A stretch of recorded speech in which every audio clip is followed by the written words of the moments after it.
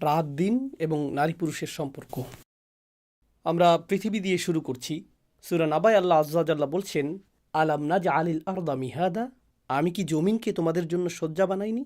ওয়াল জিবালা আওতাদা, আর পর্বতসমূহকে পেরেক জমিনের উপর। কোরআন বর্ণনা করছে পৃথিবী নড়াচড়া করে, ঝাঁকুনি দেয়, আর পর্বতসমূহ একে আটকে রাখে, সামলে রাখে। এখন আরবিতে জমিনের জন্য যে শব্দ ব্যবহার করা হয় তা স্ত্রীবাচক, আর পর্বত পুরুষবাচক। জমিন আবার জন্মদান করে, গাছগাছালি লতাপাতা জমিন থেকে বের হয়। এ কারণে একে আবার মিহাদা বলা হয়। মিহাদ হলো মায়ের কোল। পুরুষকে বর্ণনা করা হয়েছে পরিবারের ভরণ পোষণের যোগানদাতা হিসেবে। পরিবারের স্থিতিশীলতা, শান্তি শৃঙ্খলা ইত্যাদি ধরে রাখার দায়িত্ব তার। প্রথমে আল্লাহ বর্ণনা করছেন জমিন এবং পর্বত বিবাহিত। ঠিক এর পরেই তিনি বলেন পুরুষ আর মহিলা বিবাহিত। ওয়াখলাকনাকুম আজওয়াজা, ব্যাপারটা কি চমৎকার নয়? জমিন এবং পর্বত একে অপরের জোড়া। মনে মনে একটি চিত্র কল্পনা করুন। বিশাল আয়তনের জমিন, আর জমিনের উপর দাঁড়িয়ে আছে দৃষ্টিনন্দন বিশাল এক পর্বত। এই প্যাসেজের শেষে গেলে দেখবেন আল্লাহ বর্ণনা করছেন বিশাল আকাশের কথা। আর সেই আকাশে সবচেয়ে দৃষ্টি আকর্ষণ করার জিনিস হলো সূর্য। তো তিনি শুরু করেছেন দিগন্ত বিস্তৃত জমিন দিয়ে, এবং এর উপর দাঁড়িয়ে আছে পর্বত, আর শেষ করেছেন বিশাল আকাশ দিয়ে, এবং তার মাঝে সবচেয়ে দৃষ্টিগোচর একটি জিনিস দিয়ে। এভাবেই প্যাসেজটির শুরু এবং শেষ। একটি জোড়ার বর্ণনা, এরপর আরেকটি জোড়া। দ্বিতীয় যে জিনিসটি তিনি বর্ণনা করেছেন, তিনি পুরুষ এবং নারীকে জোড়া হিসেবে সৃষ্টি করেছেন। এরপর বললেন ওয়াজআলনাল লাইলা লিবাসা ওয়াজআলনান নাহারা মাআশা, তিনি রাতকে করেছেন আবরণ এবং দিনকে করেছেন জীবিকা উপার্জনের সময়। একদিকে তিনি বলেন পুরুষ এবং নারী, অন্যদিকে তিনি তাদের রাত এবং দিনের সাথে তুলনা করেন। ব্যাপারটা দারুণ বিস্ময়কর।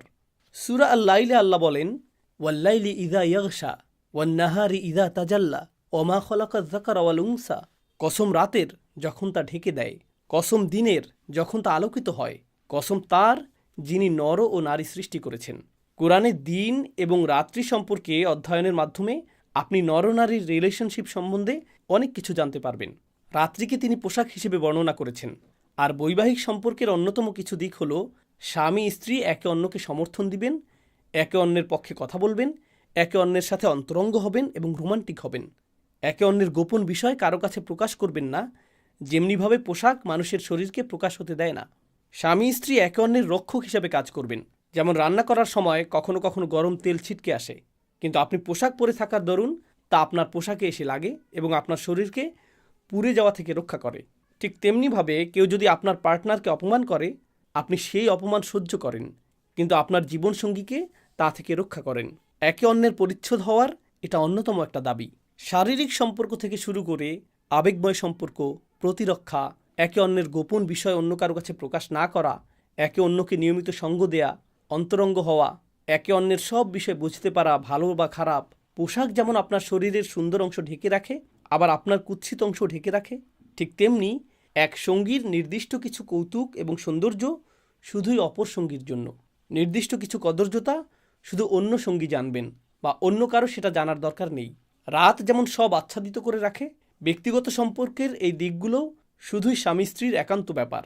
কিন্তু দিন তো সব কিছু প্রকাশ করে দেয়, তাই না? আর আল্লাহ বলেন ওয়াজআলনান নাহারা মাআশা, দিন এমন একটা সময় যার মাধ্যমে তোমরা জীবিকা উপার্জন করো। পুরুষ চাকরিতে যেতে পারবে না যদি স্ত্রী ঘরের যত্ন না নেয়। স্ত্রী যদি সহযোগিতা না করে, পুরুষ তার চাকরি করতে পারবে না, অথবা তাদের উভয়কেই হয়তো ব্যবসা চালাতে হয়। এমনটাও ঘটে। এমনকি সাহাবাদের সময় থেকেই নরনারী উভয়ে বাগানে কাজ করত। তাদের পরস্পরকে সহযোগিতা করতে হবে। কে বাচ্চাদের স্কুল থেকে নিয়ে আসবে, কে বাড়ির কাজে সাহায্য করবে, কে আজ থালা বাসন পরিষ্কার করবে, ইত্যাদি ইত্যাদি। এই সমস্ত কিছু উভয়ের মাঝে বন্দোবস্ত করতে হবে। আমি কি নিয়ে কথা বলছি? রেসপন্সিবিলিটি, দায় দায়িত্ব নিয়ে। তাহলে বিয়েতে যেমন ভালোবাসা আছে, তেমনি আরও কি আছে? দায় দায়িত্ব। দুঃখজনকভাবে মুসলিম বিয়েগুলোতে কি হয়? এটা শুধু দায় দায়িত্বের মাঝে সংকুচিত হয়ে পড়ে। আর ডেটিং কি নিয়ে? শুধু ভালোবাসা। কোরআন নরনারীর একত্রিত হওয়ার চিত্রটি কিভাবে অঙ্কন করেছে? লাভ উইথ রেসপন্সিবিলিটি, দায়িত্ব সহ ভালোবাসা। আর আপনি আপনার দায় দায়িত্ব ঠিকভাবে পালন করতে পারবেন না, কারণ এগুলো বিরক্তিকর, অবসাদকারী এবং ক্লান্তিকর। যখন আপনি ক্লান্ত হয়ে পড়েন, রাত আসলে আপনার কি দরকার? আপনার রাত দরকার দিনের কাজ ঠিকভাবে আঞ্জাম দেওয়ার জন্য। রাতে যদি ওই চার্জটি না পান, দিনের কাজ সঠিকভাবে করতে পারবেন না। আর দিনে যদি জীবিকা উপার্জন না করেন, তাহলে আরামদায়ক রাত কাটাতে পারবেন না। পরস্পরকে তাদের প্রয়োজন। তাহলে প্রথমে জমিন এবং পর্বত, শেষে আকাশ এবং সূর্য। কিন্তু যে জিনিসটি আমাকে ব্যাপকভাবে চমৎকৃত করল তা হলো প্যাসেজের মাঝের অংশ, অজালনা নাওমাকুম সুবাতা। আর আমি তোমাদের নিদ্রাকে করেছি এমন কিছু যা তোমাদের বিচ্ছিন্ন করে ফেলে। ব্যাপারটা আশ্চর্যজনক, কারণ এই প্যাসেজের সব কিছুই জোড়ায় জোড়ায় বর্ণনা করা হয়েছে। পৃথিবী এবং পর্বত, আকাশ এবং সূর্য, নর এবং নারী, দিন এবং রাত। তাহলে ঘুমাতে যাওয়া কিসের সাথে জোড়ার বন্ধনে আবদ্ধ হওয়ার কথা? জেগে থাকা। কিন্তু আল্লাহ এটা উল্লেখ করেননি।